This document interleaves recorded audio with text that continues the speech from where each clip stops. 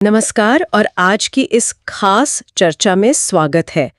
आज हम technical analysis मतलब टीए की दुनिया में थोड़ा और गहरे उतरेंगे। हमारे पास जो स्रोत हैं उनके आधार पर ये एक तरीका है ना, बाजार के मूड को समझने का सिर्फ प्राइस और वॉल्यूम को देखकर। हाँ बिल्कुल।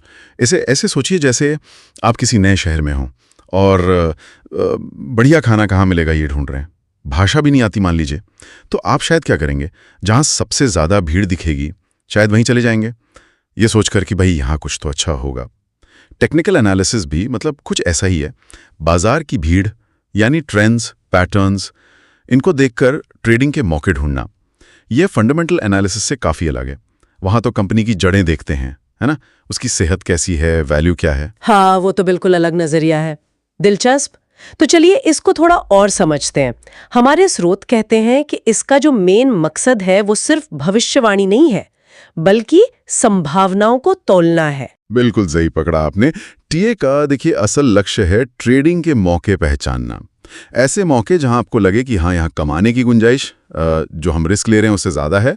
ये हमें बताता है कि कब खरीदें मतलब एंट्री, कब बेचें यानी एग्जिट, स्टॉप लॉस कहाँ रखें, कितना जोखिम लेना ठीक है, और टारगेट क्या हो सकता है, कितना मुनाफा सोच सकते हैं। और जैसा कई स्रोतों में है, ये सब कुछ बाजार में जो लोग हैं, खरीदने वाले बेचने वाले, उनके एक्शन को चार्ट पर देखकर समझा जाता है। ठीक है, ओके।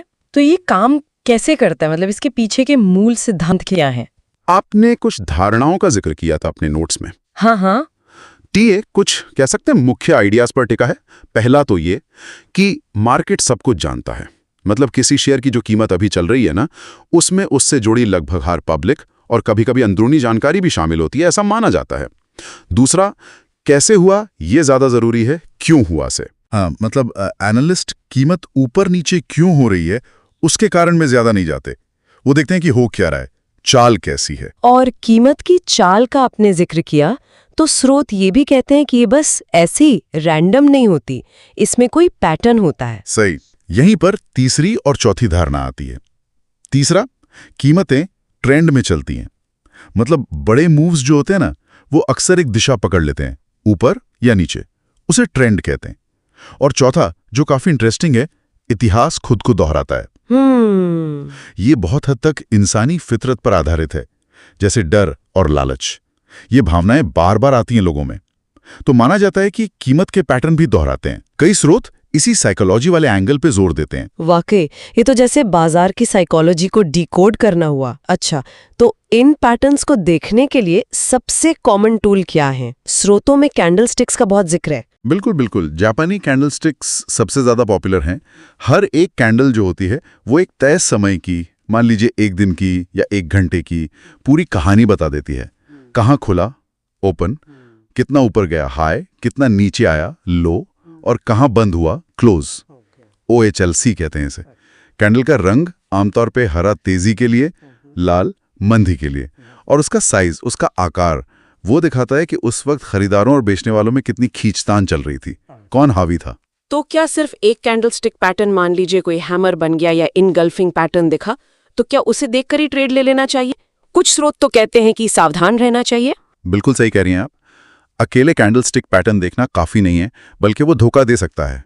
इसे कंफर्मेशन चाहिए होता है, पुष्टि। यहीं पर दूसरे टूल्स काम आते हैं। पहला है सपोर्ट और रेजिस्टेंस, SNR जिसे कहते हैं। ये वो प्राइस लेवल होते हैं जहां पहले भी इतिहास में खरीदारी या बिकवाली का दबाव देखा गया है। अच्छा, जैसे कोई दीवार या फर्श की तरह। हाँ, एक तरह से ये बताते हैं कि कीमत कहाँ अटक सकती है या कहाँ से पलट सकती है। इससे स्टॉप लॉस और टारगेट सेट करने में बहुत मदद मिलती है। ओके, और SNR के अलावा आपने वॉल्यूम और इंडिकेटर्स का भी जिक्र किया था, उनकी क्या भूमिका है? हाँ, बहुत जरूरी। दूसरा है वॉल्यूम, यानी कितने शेयरों की खरीद फरोख्त हुई उस दौरान। अगर कीमत ऊपर जा रही है और वॉल्यूम भी साथ साथ बढ़ रहा है, तो मतलब उस बढ़त में दम है। हाँ, ज्यादा लोग हिस्सा ले रहे हैं। बिल्कुल, इसे ट्रेंड की पुष्टि माना जाता है। और तीसरा फिर आते हैं इंडिकेटर्स, जैसे मूविंग एवरेज है, वो ट्रेंड की दिशा पहचानने में मदद करता है। या RSI है, वो बताता है कि स्टॉक कहीं बहुत ज्यादा खरीदा, ओवरबॉट, या बहुत ज्यादा बेचा, ओवरसोल्ड तो नहीं गया। पर स्रोत ये भी साफ कहते हैं कि किसी एक इंडिकेटर के भरोसे नहीं रहना चाहिए। समझ गई। मतलब एक कामयाब ट्रेड के लिए कई सारी चीजों का एक साथ इशारा करना जरूरी है। जैसा कि एक स्रोत ने कहा था, एक चेकलिस्ट बना लेनी चाहिए। एकदम सही। इसी को कॉन्फ्लुएंस कहते हैं, मतलब कई फैक्टर्स का संगम। एक ट्रेडर अपनी चेकलिस्ट बना सकता है। क्या कोई अच्छा कैंडलस्टिक पैटर्न बना है? क्या यह किसी जरूरी सपोर्ट या रेजिस्टेंस लेवल पर है? क्या वॉल्यूम साथ दे रहा है? क्या मेरे चुने हुए इंडिकेटर्स भी हाँ कह रहे हैं? और सबसे जरूरी सवाल, रिवॉर्ड टू रिस्क रेशियो क्या है? RRR। हाँ, RRR। यानी अगर मैं ₹1 दांव पर लगा रहा हूं तो क्या कम से कम 1.5 या ₹2 कमाने की ठीक ठाक संभावना दिख रही है? आपके नोट्स भी इसी बात पर जोर देते हैं। अनुशासन और प्रोसेस को फॉलो करना बहुत जरूरी है। तो अगर हम इसे समेटें तो टेक्निकल एनालिसिस सिर्फ चार्ट देखना या लकीरें खींचना नहीं है। ये तो बाजार की साइकोलॉजी को समझना, पैटर्न पहचानना और फिर एक डिसिप्लिन के साथ एक रणनीति के तहत काम करने का तरीका है। बिल्कुल सही कहा आपने।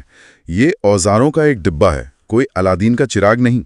सफलता इस पर निर्भर करती है कि आप इन औजारों का इस्तेमाल कितनी समझदारी से, कन्फर्मेशन के साथ और अनुशासन से करते हैं, जैसा हमारे स्रोतों ने बार बार कहा है। और जाते जाते आज के लिए एक सवाल छोड़ जाते हैं सोचने के लिए। अगर इतिहास और पैटर्न हमें रास्ता दिखाते हैं, तो क्या आज के समय में जहां एल्गोरिदम ट्रेड कर रहे हैं और निवेशकों का बर्ताव भी शायद बदल रहा है, क्या ये चीजें उन पुराने ऐतिहासिक पैटर्न्स को चुनौती दे रही हैं और इन क्लासिक तकनीकों को आज के माहौल में और बेहतर तरीके से कैसे इस्तेमाल किया जा सकता है?